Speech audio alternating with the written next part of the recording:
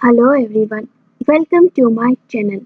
आज की कहानी है नफरत भरी मोहब्बत पार्ट 22।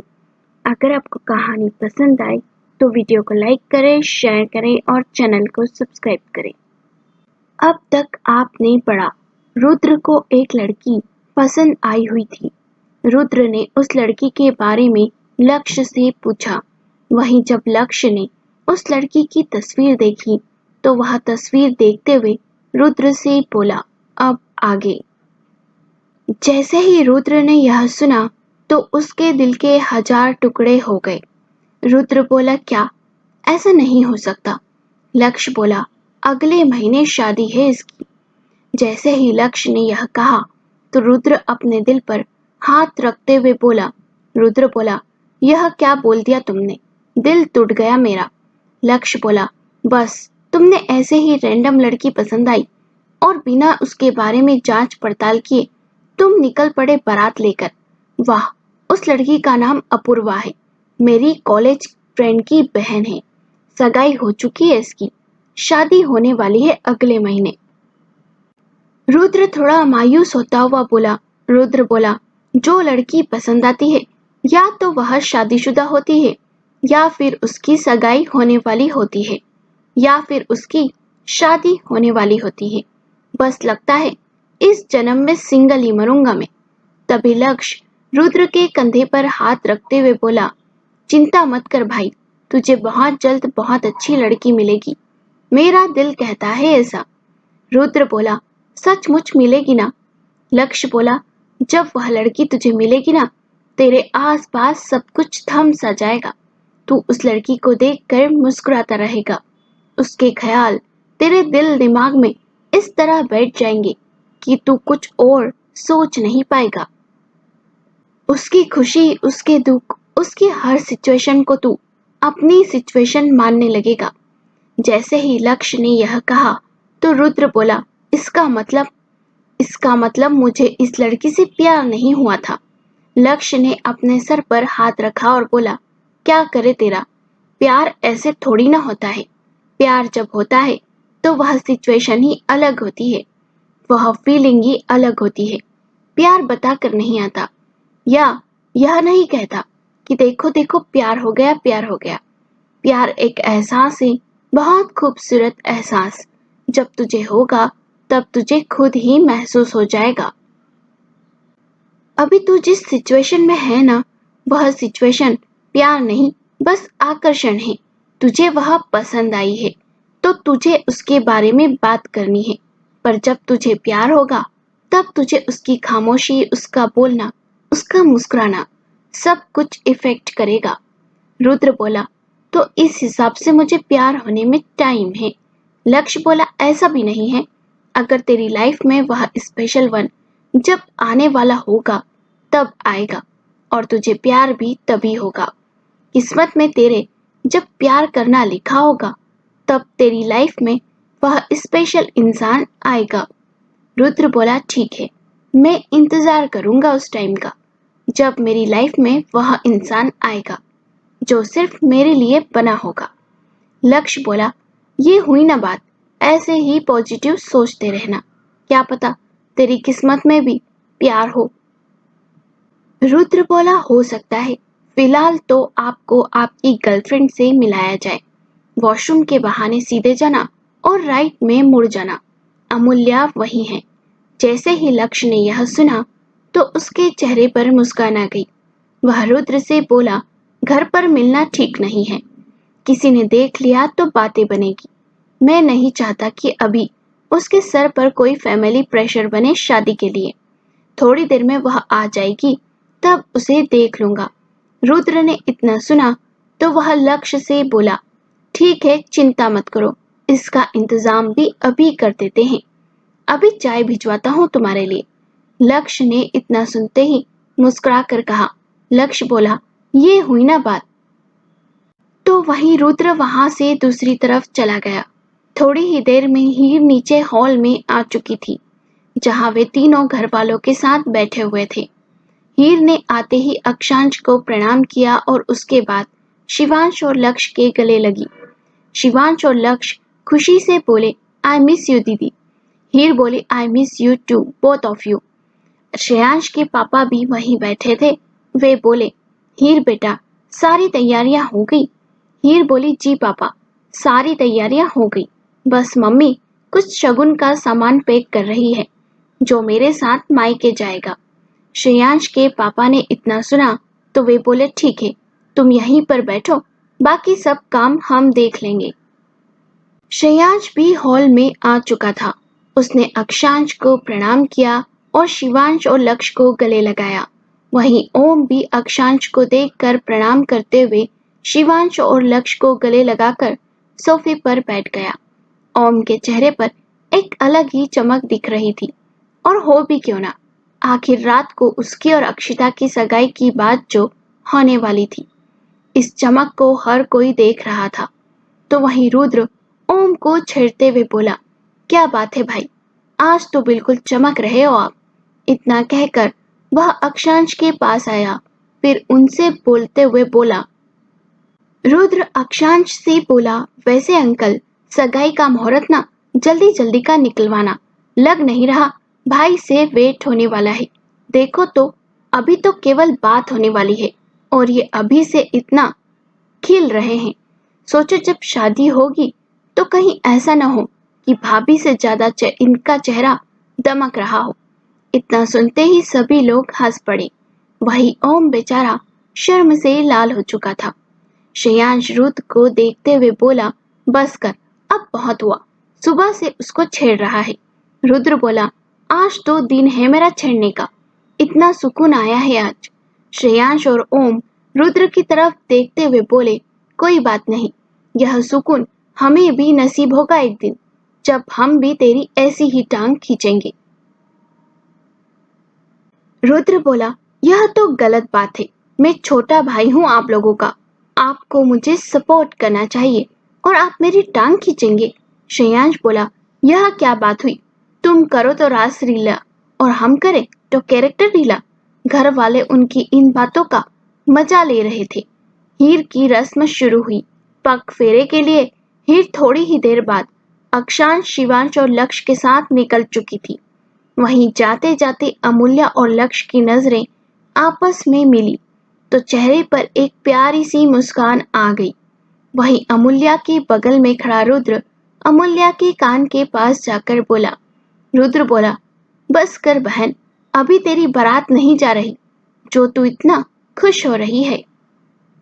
अमूल्या बोली, आपसे किसी की खुशी बर्दाश्त नहीं होती ना रुद्र भाई, हो भी क्यों, खुद तो सिंगलों वाली लाइफ जी रहे हैं और जो रिलेशनशिप में हैं उनकी लाइफ की बैंड बजा रहे हो। रुद्र ने यह सुना तो वह बोला, बस बहुत हुआ, इतनी बेइज्जती, इसका बदला लिया जाएगा। अब मैं तुम्हें जल्द से जल्द तुम्हारी भाभी से मिलवाऊंगा, देखते जाओ तुम, फिर कोई मुझे सिंगल नहीं कहेगा। अमूल्या बोली, ठीक है, जाओ जाओ ढूंढो, कोई मिल जाए तो हमें भी बताओ। वैसे जिस हिसाब से आपने लोगों को परेशान किया है ना, मुझे नहीं लगता कि इतनी जल्दी आपकी गर्लफ्रेंड या होने वाली पत्नी मिलेगी। सिंगल ही रहने वाले हो आप, देख लेना। तभी रुद्र बोला, ऐसी कोई बात नहीं, वह तो कॉलेज में मेरी गर्लफ्रेंड थी एक, उसके पापा नहीं माने इसलिए ब्रेकअप करना पड़ा। अमूल्या बोली, जानती हूँ आपकी गर्लफ्रेंड को, यह वही गर्लफ्रेंड है जिसका एक बेटा भी है जो आपको मामा मामा कहकर बुलाता है। जैसे ही अमूल्या ने यह कहा, रुद्र ने एक नजर आंखें बंद करके अमूल्या को घूरा और बोला। रुद्र बोला, मेरे जख्मों पर नमक मत छिड़क। अमूल्या के चेहरे पर एक मुस्कान आ गई और वह अपनी हंसी को कंट्रोल करते हुए बोली। अमूल्या बोली, शुरुआत तो आपने ही की थी, मैंने तो बस एंड किया आपकी लव स्टोरी का, कोई बात नहीं, होता है होता है। मिल जाएगी आपको। रुद्र बोला, मिलेगी तो जरूर, जब मिलेगी ना, कयामत आएगी उस दिन। रुद्र ने इतना कहा तो अमूल्या बोली, मुझे भी यही लगता है कि आपकी लव स्टोरी आम लव स्टोरी जैसी नहीं होगी, आपकी स्टोरी कुछ अलग ही रंग दिखाएगी, देख लेना। रुद्र ने यह सुना तो वह बोला। रुद्र बोला, आम लव स्टोरी तुम जैसे लोगों के लिए होती होगी, मेरी प्रेम कहानी तो ऐसी होगी कि पूरा खानदान याद रखेगा, देखना। अमूल्या बोली, बस बस भाई, कभी कभी जो बातें नहीं बोलनी चाहिए वे सच बातें सच हो जाती है। कहीं ऐसा ना हो कि सचमुच आपकी शादी ऐसे हो जिसकी किसी ने उम्मीद ना की हो। रुद्र हंस पड़ा और बोला, यह सब सच थोड़ी ना होता है। वे दोनों आपस में हंसते हंसते यही सब बातें कर रहे थे, पर समय के गर्भ में क्या छिपा है यह तो कोई नहीं जानता। वरदान के घर पर वरदान ने अदिति से शिवांश के बारे में बातचीत की। अदिति को शिवांश पसंद था। अदिति वरदान से बोली, भाई आप अभी से मेरी शादी के बारे में क्यों सोच रहे हो? अभी तो आपकी शादी होना बाकी है। पहले आपकी शादी होगी, फिर मेरी शादी। पहले इस घर में भाभी आएगी, उसके बाद मैं इस घर से विदा होंगी। उससे पहले तो सोचना भी मत कि मैं आपको छोड़कर जाऊंगी। वरदान अदिति से बोला, मैं अभी थोड़ी ना कह रहा हूँ कि शादी कर ले। अभी तो मैं बस सगाई के बारे में सोच रहा हूँ। तब तक क्या पता तेरे लिए भाभी भी मिल जाए। अदिति बोली, हाँ ऐसा हो सकता है, लेकिन जब तक आपकी शादी नहीं हो जाती तब तक मैं शादी नहीं करूंगी। अगर लड़के वालों को मेरी यह शर्त मंजूर है तभी शादी के लिए हाँ करना, वरना कोई बात नहीं। वरदान थोड़ा मुस्कुराया और फिर वह अदिति की तरफ देखते हुए बोला। वरदान बोला, मम्मी पापा के जाने के बाद दादा और दादी ही हम दोनों की दुनिया थे। जब दादा और दादी चले गए तो मेरी दुनिया सिर्फ तू बन गई। तेरी खुशी से बढ़कर मेरी लाइफ में और क्या हो सकता है? तू मेरा सब कुछ है। और शिवांश सचमुच बहुत अच्छा लड़का है। फैमिली भी बहुत अच्छी है। सब तुझे बहुत खुश रखेंगे। अदिति, जब किस्मत सामने से कुछ अच्छी चीज दे रही हो तो उसे लेने से इनकार नहीं करते। शिवांश बहुत अच्छा लड़का है। मैं पर्सनली मिला हूँ उससे, मैंने बात की है उससे। तू भी तो मिली है उससे। अदिति बोली, हाँ भाई, वह अच्छे हैं, पर ज्यादा जल्दी हो रहा है। मैं अभी उन्हें समझना चाहती हूँ, और अभी एक पहली मुलाकात में उन्हें कैसे जान लूं? वरदान थोड़ा मुस्कुराते हुए बोला, मैं ये नहीं कह रहा कि आज ही सगाई कर ले। सगाई का मुहूर्त जब निकलेगा तब की तब देखेंगे, और शादी तो तेरी पढ़ाई होने के बाद ही होगी। तेरे पास अभी टाइम है। अगर तू इस रिश्ते से खुश नहीं तो वह अलग बात है, हम मना कर देंगे इस रिश्ते के लिए। अदिति वरदान की बात समझ गई थी। अदिति बोली, ठीक है भाई, मैं सगाई के लिए तैयार हूँ, पर उससे पहले मैं शिवांश से 2-3 बार मिलना चाहती हूँ। वरदान बोला, ठीक है, अब रात की तैयारी करें, हमें ओबेरॉय मेंशन जाना है। वहीं अदिति ने इतना सुना तो वह बोली, ठीक है भाई। इतना कहकर अदिति अपने रूम में चली गई। वहीं वरदान अदिति को जाते हुए देख रहा था। तभी वरदान के फोन पर किसी का कॉल आया। वरदान ने फोन कॉल रिसीव किया तो दूसरी तरफ वरदान का मैनेजर था। वरदान का मैनेजर बोला, हेलो सर, आपने जो फाइल मांगी थी वह मिल चुकी है। इस फाइल में जो लिखा है वह बहुत ही अजीब है। वरदान बोला, क्या लिखा है फाइल में? मैनेजर बोला, सर आप एक बार खुद ही देख लीजिए, मैंने वह फाइल आपको भेज दी है। वरदान ने जैसे ही अपना फोन रखा तो उसमें उसके मैनेजर द्वारा भेजी गई पिक्चर थी। वरदान ने वह पिक्चर देखी तो उसके पैरों तले जमीन खिसक गई। वरदान अपने मैनेजर से बोला, क्या यह सच है? हाँ सर, मेरी डॉक्टर से भी बात हो गई है, यह बिल्कुल सच है। मैम ने गर्भपात करवाया है। वैसे ही जैसे ही वरदान ने यह सुना तो उसके चेहरे पर एक अलग ही एक्सप्रेशन आ चुका था। उसकी मुट्ठियां कस चुकी थी और वह गुस्से से अपने मैनेजर से बोला। वरदान बोला, ठीक है, तुम इस फाइल को अपने पास रखो, कल मुझे ऑफिस में आकर दे देना। इस बात के बारे में किसी को पता नहीं चलना चाहिए, समझे तुम? उस डॉक्टर को जितने पैसे मांग रही है उससे ज्यादा दो और उसे उसका मुंह बंद करने के लिए कह दो। इतना कहकर वरदान ने फोन कॉल कट कर दिया। वरदान गुस्से से खुद से बोला, यह तुमने ठीक नहीं किया। तुम मुझसे दूर हुई, मैंने बर्दाश्त किया। तुमने मुझसे बात करना बंद किया, मैंने यह भी बर्दाश्त किया। तुम मुझे इग्नोर कर रही थी, मैंने तुमसे कुछ नहीं कहा, पर तुमने यह बहुत बड़ा बात कर दी। अब तुमने मुझसे बिना पूछे गर्भपात करवा दिया। मैं तुम्हें माफ नहीं करूंगा।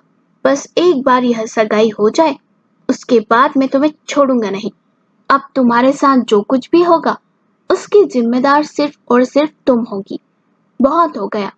मुझे लगा तुम गुस्सा हो, नाराज हो, मान जाओगी। तुम्हें एहसास होगा मेरे प्यार का, पर तुमने मेरे प्यार का मजाक बनाकर रख दिया। और वह मजाक इतना गिर गया कि तुमने मेरे बच्चे का गर्भपात करवा दिया। यह तुमने बहुत बड़ी गलती की। इसकी माफी तुम्हें कभी नहीं मिलेगी। अब सिर्फ और सिर्फ सजा मिलने का समय आ चुका है। अब तुम्हारी जिंदगी में सिर्फ और सिर्फ मैं आऊंगा और उसके बाद मैं इस गलती की ऐसी सजा तुम्हें पल पल दूंगा जिसका तुम्हें अंदाजा तक नहीं होगा। मुझे तो इस बात का पता तक नहीं था कि तुम गर्भवती हो। तुमने मुझे यह सच्चाई छुपाई क्यों? तुमने ऐसा किया क्यों? वरदान का चेहरा गुस्से से लाल हो चुका था। वह गुस्से से अपने कमरे की तरफ जा चुका था। उसकी आंखों में इस समय आंसू भी थे। वह अपने कमरे में गया और अपना गुस्सा अपनी चीजों पर निकालने लगा। उसके अंदर जितना दर्द था वह सब आज बाहर आ रहा था। थोड़ी देर में उसने खुद को कंट्रोल किया। वह सीधे फ्रेश होने के लिए वॉशरूम में गया, पर उससे पहले उसने नौकर को कहकर कमरे की साफ सफाई करवा दी थी ताकि अदिति यह सब ना देखे और उसे इस बात का पता ना चले कि वरदान की जिंदगी में क्या हो रहा है। वरदान बाथरूम में शावर के नीचे पानी से भीगता जा रहा था। उसके दिमाग में वही सारी बातें चल रही थी जब वह उस लड़की के साथ रिश्ते में था। वही सब एक वीडियो की तरह उसके दिमाग में चल रहा था। वरदान खुद से ही बोला, अब मेरा बस एक मकसद है, तुमसे जिंदगी भर नफरत करना। इतनी आसानी से तुम्हें खुश नहीं रहने दूंगा। एक बार अदिति की शादी हो जाए उसके बाद तुम्हें बताता हूँ वर्धन सिंह ठाकुर को धोखा देने का अंजाम क्या होता है। आखिर किसके बारे में वरदान बात कर रहा है? ऐसा क्या हुआ उसकी बीती जिंदगी में जिसने उसे नफरत करने पर मजबूर कर दिया?